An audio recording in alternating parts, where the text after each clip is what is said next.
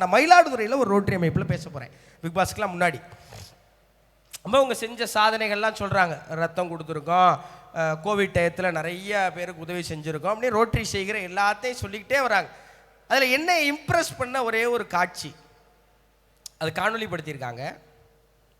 ஒரு சிக்னல் மயிலாடுதுறையிலையோ இல்லை சிதம்பரம் மாதிரி ஏதோ ஒரு ஊர், ஒரு நடுத்தர நகரம்.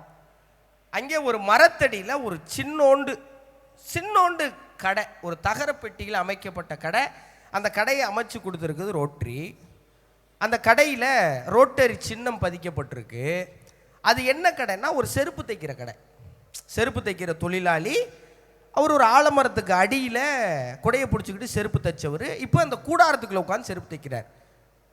இப்போ அந்த தொழிலாளி என்ன பண்ணுறாரு, காலையில் கடைக்கு வந்த உடனே ஒரு தட்டில் சூடம் பொருத்தி விநாயகர் சிலைக்கு காட்டுவதற்கு முன்பாக ரோட்டரி சின்னத்திற்கு சூடத்தை காட்டி விட்டு கடையை திறக்கிறார். ரோட்டரி செய்கிற உலகளாவிய சேவைகளில் இந்த சின்னோண்டு தகர கொட்டக பெரிய விஷயமே கிடையாது. ஆனால் அந்த தொழிலாளிக்கு அது பெரிய விஷயம். திணைத்துணையாம் நன்றி செய்யணும் பனைத்துணையாய் கொள்வார்கள். இதனால தான் 82% மக்களுக்கு ரோட்டரி தெரிஞ்சிருக்கு. ரோட்டரி யாருக்கெல்லாம் செஞ்சா வெளியே தெரியுமோ அவர்களை தேடி செய்யறதில்லை இந்தியாவில். யாரெல்லாம் வெளியவே தெரியாம இருக்கானோ அவனுக்கு போய் சேவை செஞ்சுக்கிட்டு